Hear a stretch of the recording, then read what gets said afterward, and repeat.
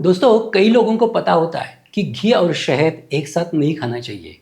लेकिन कितनी मात्रा में खा सकते हैं, कितनी मात्रा में नहीं खा सकते हैं, अपने शरीर पर उसका क्या असर हो सकता है, इन चीज़ों के बारे में हमें पता नहीं होता है। और आपने कभी शहद और घी एकत्र खाया है क्या? अगर खाया है तो थोड़ा रुकिए, क्योंकि अगर इसके बारे में पूरी जानकारी नहीं है तो ये आपके स्वास्थ्य के लिए हानिकारक हो सकता है। आयुर्वेद कहता है अगर घी और शहद सम मात्रा में खाया जाए तो वो जहर जैसा असर करता है। हाँ, जहर जैसा। शरीर में विष बनता है और आपके पाचन तंत्र पर भी उसका बुरा असर हो सकता है। तो फिर खाना है कि नहीं घी और शहद एकत्र?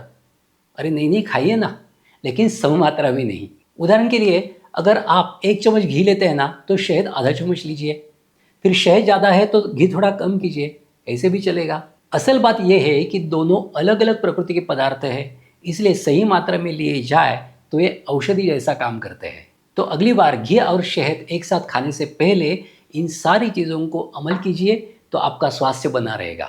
दोस्तों, हम दही और छाछ के बारे में जानते हैं, लेकिन दही आयुर्वेद के हिसाब से गुरु यानी पचने में भारी होता है और अभिसंधि यानी चिकास पैदा करने वाला होता है।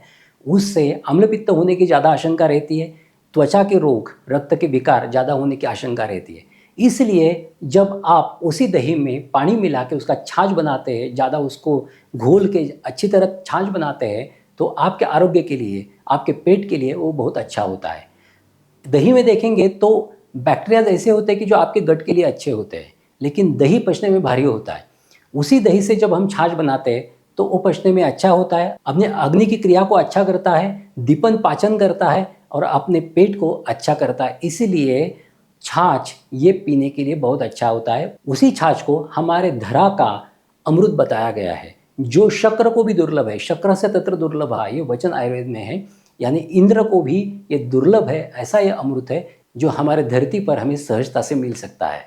दोस्तों, क्या आपके घर में भी ऐसा एक बर्तन है, बरनी है, जिसमें मीठी खुशबू वाला पुराना घी रखा होता है? और माँ कहती भी है ये घी तो औषधि है। तो सच में क्या ये बर्तन में रखा हुआ, बरनी में रखा हुआ पुराना घी औषधि होता है? तो जवाब है हाँ। आयुर्वेद के अनुसार पुराने घी को पुराण घृत कहा जाता है। यह पचने में हल्का होता है, दिमाग को शांत करता है, आपके मानसिक और बौद्धिक विकारों को शांत करता है, कम करता है। अगर आपको नींद नहीं आ रही है या ज़्यादा आ रही है तो उसको भी नियंत्रित करता है और शरीर की जलन को कम करता है। इतने सारे उपयोग इस पुराण घी के हैं। इसका उपयोग नाक में डालने के लिए या पीने के लिए भी कर सकते हैं। हकीकत में कुछ आयुर्वेदिक इलाजों में 1 साल का, 5 साल का या 100 साल तक का भी पुराना घी इस्तेमाल करने के लिए बोला है। इसीलिए अगर आपके पास भी ऐसा पुराना घी है तो इसे फेंकिए मत। उचित मात्रा में सही समय पर इसका उपयोग किया जाए तो ये सचमुच औषधि जैसा काम करता है।